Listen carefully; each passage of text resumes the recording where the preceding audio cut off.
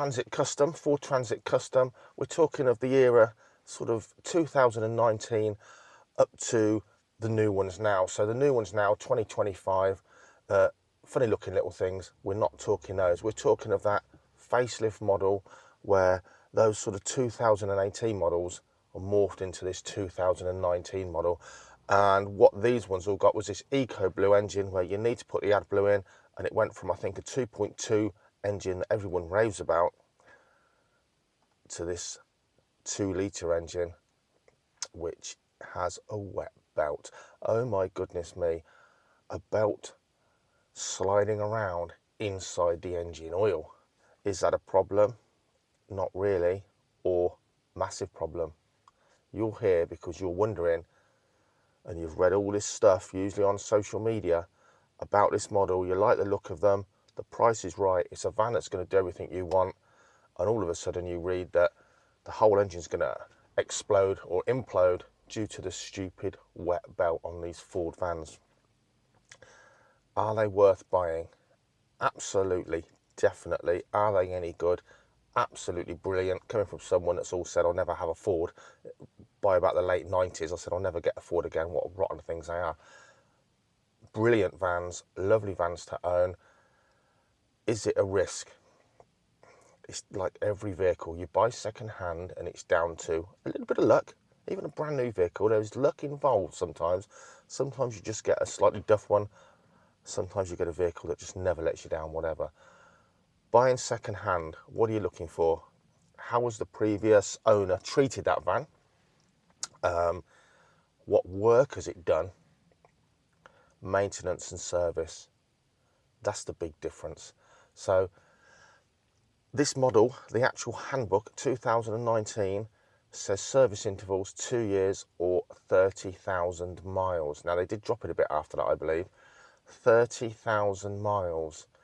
Now that to me seems like a great selling ploy when you're trying to sell loads of vans to fleet. Look at our vans, buy ours. They don't need servicing until they've done 30,000 miles. You won't have any costs. That seems a bit extreme to me, even with modern oils, especially when you've got a belt, cam belt running in that oil. I've serviced this van around every 15,000 miles. Some people are hell-bent on saying 10,000 miles, 8,000 miles, some more. Mine's 10,000, it's done 15,000 intervals, and it's done 120,000 interval. Changed the wet belt at around 85,000 miles, and I can tell you now, there was nothing wrong with that belt. Service interval's way higher than that. 80,000 miles. A lot of people are saying change them at 50,000 miles. So if you're buying a van and it says it's had the cam belt done, you want to see receipts, not just, don't trust anyone selling any vehicle unless you know them implicitly on word of mouth. I also bought this van. It was pre-registered by the Ford garage up in Birmingham, brand new. It done 50 miles. Got it home. Had a look on social media, Facebook, to see if there's any Transit Custom forums. I'll put one on the screen now, which is really useful and helpful. A lot of piss taking, but they're very helpful guys on there. And I googled for some aftermarket, mostly styling add-ons, so it didn't look as generic as everyone else's. And to be honest, there's some things you just have to put on a van, like a rear roof spoiler. They should come with them as standard. Anyway, got my new van, first new vehicle of any kind I've ever had apart from a skateboard when I was a little kid. Go on this really big Facebook forum. First thing I see is a billion gazillion posts about the wet belt. Oh my God, you've got a wet belt van. Oh, the trouble I've had. Oh, this and that. It's going to implode in less than 50,000 miles. Your engine's going to be you're going to need a new engine. And at the time, it was all about the injectors. Oh, injectors don't even last 1,000 miles. Had to change mine at 1,000 miles. Bad batch of injectors, blah, blah, blah, blah, blah. I think, oh, great, I've got one of those vans. Well, it's done 117,000 miles. It's never had any injectors. They're perfect. It's never had any glow plugs. It's had, let's say, 10 to 15,000 mile service intervals where it's had oil filter, diesel filter, air filter, and so on. None of those problems occurred. I mean, I'm really jinxing myself making this video, but none of those problems occurred. This van has been well looked after in a service side of things. It's been faultless, guys. In fact, when you think about it, if you go on any kind of review for a holiday you're thinking of booking, wherever, however cost, you will see, I don't know, TripAdvisor, let's say, nothing but negative comments. Nothing but negative comments. Because we're all quick to complain. We're not that quick to say, hey, I've got this great van, it's doing everything I expected it to do. I moan at my staff at work because you moan, I need that sorting out, that's wrong. You don't always spend all day going, you're doing your job how I expected it, thanks very much. It's just human nature, isn't it? It really is. So you're going to see all the complaints on these forums because they're the people that are writing on the forums, help, I'm in the shit, this has happened. At one point, I don't know now, I'm not done any research, I'm just telling you what I know. The Transit Custom outsold all of the vans in its class, and I think all of the vans have sold hundreds of thousands of units. Hundreds of thousands of units. Think about all the people complaining. It probably is a tiny amount. But let's look at where you're getting it from. This van carries birds of prey and reptiles around. It's never loaded, is it? So it never has that strain. If you're buying from a builder and the van's always like that, down on its axles because he's overloading it all the time for the first 5 years of its life, it's going to have done more work, isn't it? The engine's going to do more work. The van, suspension, everything's done more work. If you're buying it for someone that thinks if it ain't broke, don't fix it, oil's oil and it lasts until it doesn't last, and it's never had a service, and it's like treacle in there, the air filter's filthy, then of course that van's likely to have more problems. If you're buying it off someone that's gone up to the cam belt service interval and he still hasn't changed it, you're probably going to cop a snap cam belt. The cam belt runs in oil. The oil drags impurities out the engine, part of its job, I guess, really. But the oil over time gets laden with impurities, all kinds of stuff, carbon and all kinds of stuff gets into that oil. The cam belt's made of rubber, essentially. It's running around in there. So the whole point and the reason people are lowering the service intervals to 10 or 15,000 miles is to keep that oil good, to keep the cam belt good. People have done hundreds of thousands of miles in these vans, trouble-free, just regular servicing. Equally, how's it been driven? This van's 117,000 miles, it's still on the same clutch. It's had one, maybe two sets of pads on the front and a set on the back. I put relatively cheap tyres on. It's had several pairs. I just put the new the pair on the front, move them to the back, just constantly like that. So it's on 4 equal tyres, but I renew the front ones and usually the half-used front ones on the back and so on and so forth. This van never gets thrashed. It will sit at 90 miles an hour on the motorway all day, but it never gets thrashed. I don't wheel spin it. Listen, I'm a boy racer through and through, but now I'm an old man. I don't wheel spin it out of junctions. I don't thrash it to the red line through town off every set of lights. But I can tell you now, it pulls well. And it pulls exceptionally well on dual carriageway and motorway driving. And of course, that's another thing. If you're buying a van that's only done loads and loads, high mileage, but loads and loads of short journeys around town with not a lot of motorway driving in between, yes, you can throw up other things, can't you? DPF and so on, they do regenerate, but they need a certain cycle to regenerate, and so on and so forth. A high mileage little runaround van is always going to have worked harder and have more problems than something that cruises on the motorway. So that's your most important guide. Buy a van with a service history that's had good service intervals, that's been driven kindly and looked after, and you'll be okay. I'm pretty sure, because there's an awful lot of these vans that are okay, everyone's happy with. Buy a van that's been thrashed, overloaded, no one's give a fig about the service intervals and oil changes, you're going to run into problems. Spend a bit more on a really well looked after van, and these are brilliant, brilliant vans to own and drive. Check out this video about driving them, but let me show you around this van a bit more about them. So this is the limited model. I'm going to say for old like me, it's a bit like the old Ford Gear. It's got all the electric pack on it. Stuff you think, well, I don't really need that. My God, listen, if you have choices when you buy your van, get one with working aircon. If you've got a bulkhead, you're driving around in a mini greenhouse, the windows down, even with window deflectors, it's noisy. Just a bit of sun once you're into spring absolutely makes you sweat. I'm absolutely sweating because I just filmed that last bit with the doors shut and the windows up. Get aircon. Cruise control for me is handy sometimes. I live in Northamptonshire, I do a lot of motorways up and down the country. There's hardly anywhere you can set cruise control to actually, for very long. You catch up with people and so on and so forth. Aircon, if you can get it, get it. Heated screen and heated seats and heated mirrors. Oh, what a luxury. Who needs that? Do you know what? Once you got them, you won't want to be without them. So if you can get a limited model, get it. They're the best value for money. They've got decent engine power. They've got the full electric pack. The Sport looks better in factory spec. It's more powerful. It's a lot more money. So this is the choice model, but at the end of the day, base models, they're the same sort of thing. It's all about the care and what you want, but that electric pack is very, very handy. So you've got all your usual electrics on the steering wheel, just what you'd expect with a car with a full electric pack. Screen's pretty good.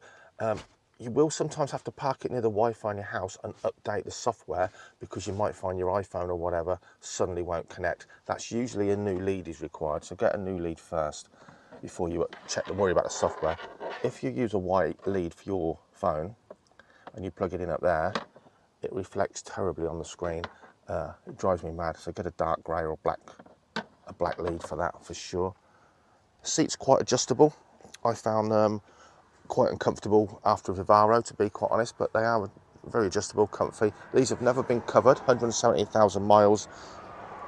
I don't do loads of stop-start, but it's just starting to wear through. I stuck a patch on like a fucking Muppet. Oops, I'll beat that out. Like a Muppet. That's going to need steam cleaning off. It's the residue. And this just needs stitching up with some thick black stitch. That'll do me. Probably could do with a valet now. But they're not looking bad, are they? Often passengers. But do you know what? It looks good. It's held up well. Here's the funny thing. This is the only new vehicle I've had. And due to me getting it just when my whole life got chaotic, it's had the least amount of care when it comes to cleaning and washing, but it's been well serviced. Let's pop the bonnet. While we're in here, lots of storage, pretty good for storage. No light in there. Storage, it is pretty good for storage. So on and so forth.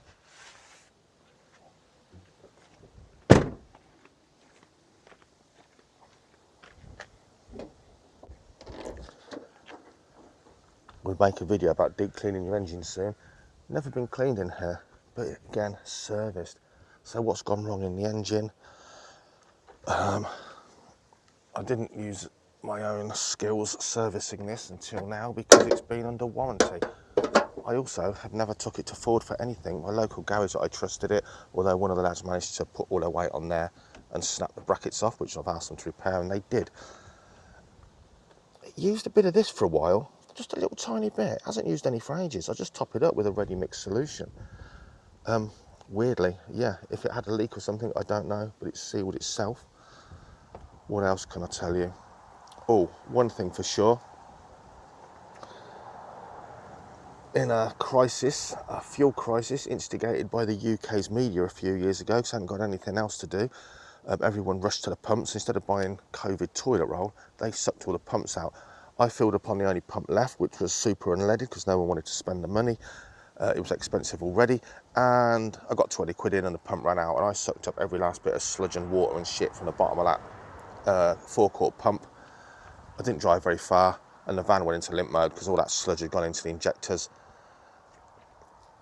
Got the garage, they just swilled it all out, they flushed it backwards. It's been perfectly fine ever since, but that's not the van's fault, that's the media's fault. Me putting in crap stuff. So, engine, gearbox, beautiful gear change, engine pulls really well, no problems at all. So once I'd been on social media having a scare, I went shopping. I broke it since then. These Maxton Designs front splitters or front lower spoilers make the van look way better. As does, I mean, why did Ford make a van with Louvre grills like they did in their old Cortinas in the 70s? I don't know. Anyway, it's got a different grill. you can have Ford written across that in huge letters, just in case I'd rather debadge it. So different grille. At the time, eBay, 500 quid for a set of wheels with brand new tyres, brand new wheels, brand new tyres, over 500 quid. But look, they're a little bit wide. Kind of got the wrong ones, I guess. A little bit wide. Hasn't got any wheel arch spats to bring the wheel arches out, but I don't look at it anymore. It looks okay. Sidebars, I don't want it to look like a sports van. I would have brought a sports model. I just don't want it to look as boring as a factory van. The bigger wheels definitely look better in black on this model, I think.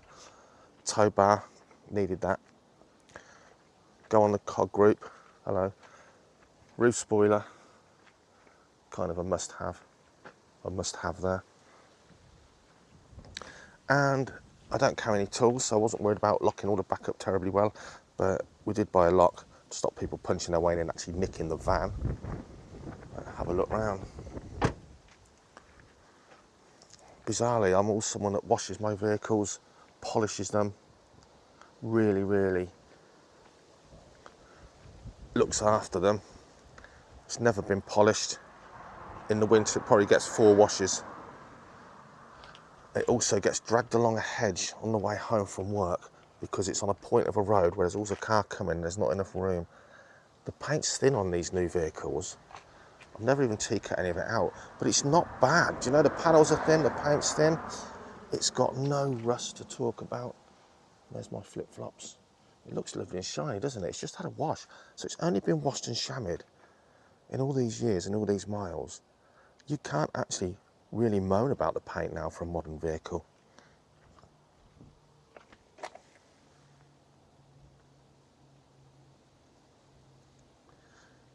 You kind of hope the thieves have a sense of humour and realise there's no tools in there. Now this is chromed up there for animals. Got some insulation inside. We've got some solar extractor fans or blowing in fans. You can set them to blow or suck. It's got the bulkhead. It came with this from Ford. What the heck's that? Plastic boot liner, if you like. You know that if you keep your twin cab pickups, you know what I'm on about. And I carpeted this because it's so slippy, all your kit moves around. The carpet just glued on there, keeps everything sound. Why has it got all this silver stuff and fans and so on and so forth? Because, by the way, of course, you can flip these out and open the doors really wide. Because I didn't really think about it as much. I know I'm not stupid, I understand physics, but guys, if you have a white van and you go to a black or grey one, I can't tell you how much hotter it will get in here. In fact, even with all of this, I couldn't leave my dogs or animals in here just willy-nilly on a baking hot summer's day. It is different. My white van, I could literally, with one roof fan, leave animals in there when it was mid-30s and it was cool enough inside. This gets too hot, despite an effort to stop that. So you can have your up and tailgate, you can have your barn doors, sliding door. So what else to look out for with this door?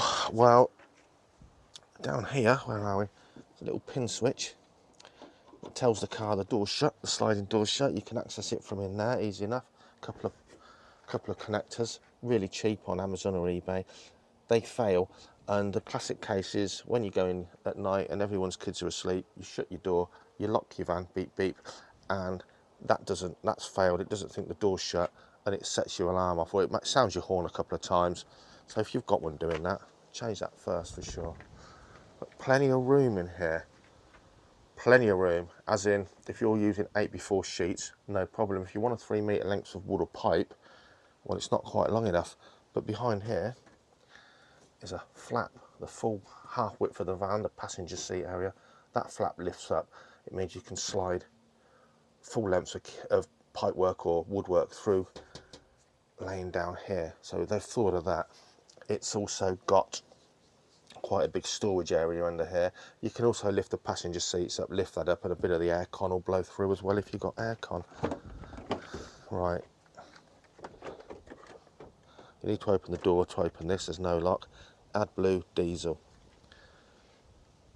pull your diesel out, it'll drip all over your van. Click it off, lift it up, let it drain, take it back, pull it out, it won't drip.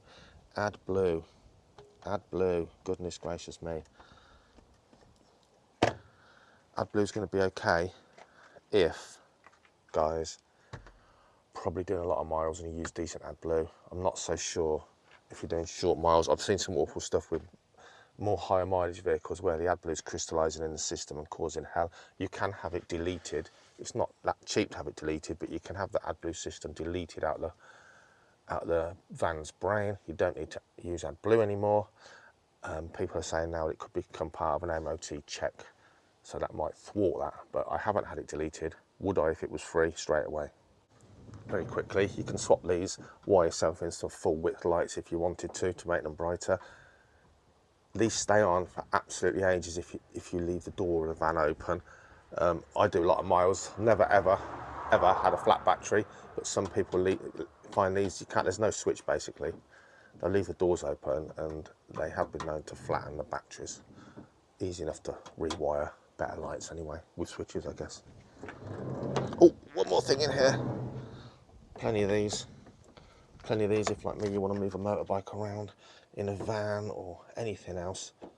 Plenty of those things in there. Spare wheels at the back. Absolute pig to get out. Go on YouTube if you buy one of these vans and work out before you get a flat how to get it out.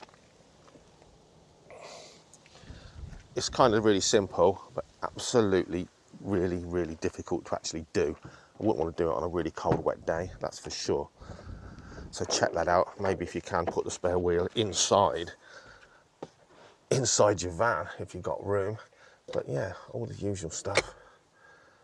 Really nice. Like a lot of people I talk to, I love my van. It's the only thing I've had from new, but with the quite minimal care, even the paintwork, which has really been abused and neglected, it stood up really well. The only thing that happened, typical, because it's the only thing I've ever had new, driving to work, a cock pheasant flew across the road, hit the bonnet. Now everything is much thinner than yesteryear, and it dented and rippled the bonnet. Just hitting one blooming bird at not that high speed. It's all okay, but a bit annoying, isn't it? First thing you've ever had brand new, a week old, and it gets dented for sure. So that's annoying, but guys, they really are nice to drive. They really are nice to drive. They're a man's shed, or a woman's shed of course. They're your shed, they're your office. So you've got your office table here, which can also be something to eat. It's got drink holders in, but your little office table there, which can be really helpful.